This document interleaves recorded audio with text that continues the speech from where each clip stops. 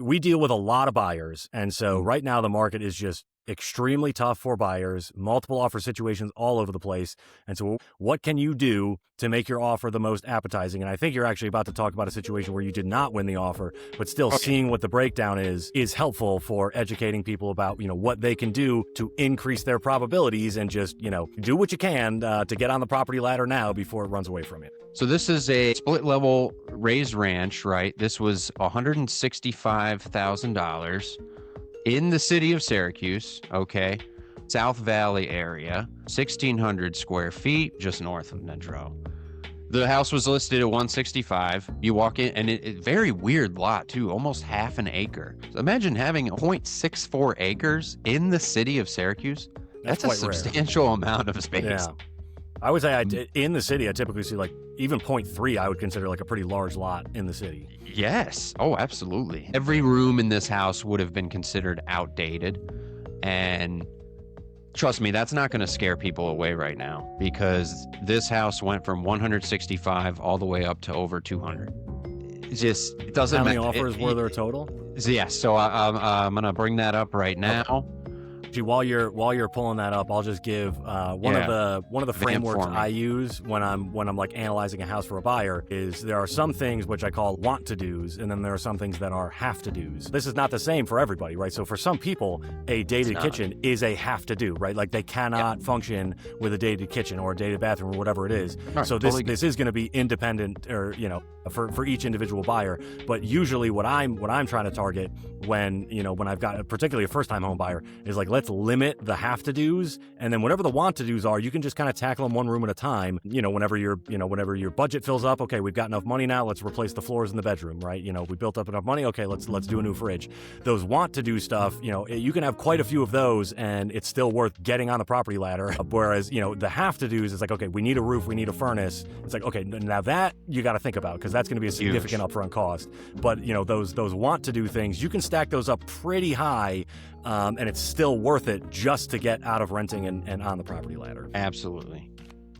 So yeah, here's the full breakdown for you. So like I said, $165,000. Obviously, I don't have a fully disclosed amount to me, but it went for over 200. 19 total offers on this house. 1 was cash, 12 conventional, 4 FHA, 2 VA financing offers. 12 offers included escalation clauses. And of those 19 offers, Greg, 14 offers waived the home inspection contingencies. I'm not saying it's right. I'm not saying it's wrong. It just is. In a multiple offer situation, it is overwhelmingly likely that the winning offer will have waived the inspection. So if you're not comfortable with that, that's fine, but it's something you have to at least be aware of. And then you can decide what your level of risk tolerance is. And, it also depends on the house. Another thing I say all the time is part of what you're buying is the house. Part of what you're buying are the sellers, right? So like when you're walking through the house, do you get the sense that these sellers were people who cared about the home? And if they had a water leak, would they have let mold grow for 3 years, or would they have tended to it immediately? And you usually can get a pretty good sense of how well the house was upkept just as you walk through it. So that's kind of two things I think about is, you're buying the house, but you're also buying the sellers. Are these sellers you have confidence in? And then just knowing, whatever your risk tolerance is, there's no right or wrong answer. It's just you have to take that into account. And like I said, it's in a multiple offer situation, it's overwhelmingly likely that the winning offer will have waived the inspection. And Greg and I are not home inspectors. We don't have that license, but we are your fiduciaries, right? We have to have your best interests in our best interests at all times. So when we walk the home with you, you better believe Greg and I are assessing, maybe trying to at least get a view of the roof, opening under sink drains, not exactly, doing the in-depth things an inspector would do, like removing the electrical panel. But I'll go give it a look. I'll go look at the furnace. I'll go look at the hot water tank. And we got to do our due diligence. I'll go look at the foundation and make sure there's not massive horizontal cracks, make sure there's no bowing. So it's part of our due diligence to make sure that you are going to make a sound investment as well. So yeah, and helping out any way we can. Yeah, and you just never know. You can get lucky or unlucky with a waived inspection or getting an inspection. It's like, we're going to do everything within our comfortability and knowledge base to try to point out potential future issues. An inspector is going to do the same thing. They're just, they're better at it than we are because it's what they do full time.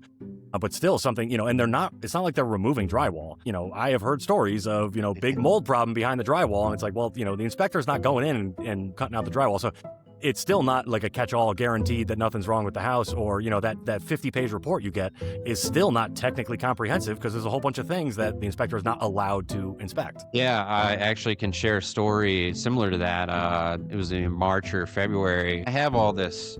Half of my basement is fully finished. The other half is a crawl space. So I went down in the crawl space, and I know back in the day they had rats down there at one point. They've definitely had chipmunks in this crawl space. They've had mice in the crawl space. So I was ripping out all the insulation. I don't need the insulation down there because the basement's heated, right? So I don't need insulation on the ceiling of the crawl space. So I was ripping all that down.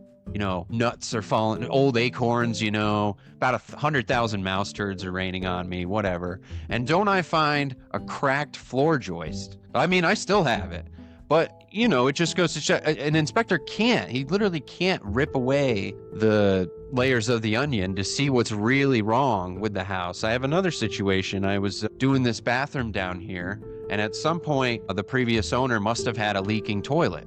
Okay, so I think they just replaced the toilet and let everything dry out on its own over time. Well, I took some of the trim off behind the toilet, and sure enough, mold everywhere. Old mold spores all throughout. So it's just some of the things your house is always going to have issues. It's just part of life. But a lot of the things you just will not know about until you start, like you said, removing drywall, removing insulation, removing things that are hiding back there. So just kind of a part of life. No matter what you end up going with, it's buyer beware. No matter what, everything's a business decision. It really is. There's risk. There's risk in every purchase you make. Yeah, there's no solutions, only trade-offs, right? So it's just you just got to decide what trade-offs you're comfortable with, and shoot your best shot and see what happens. Yeah,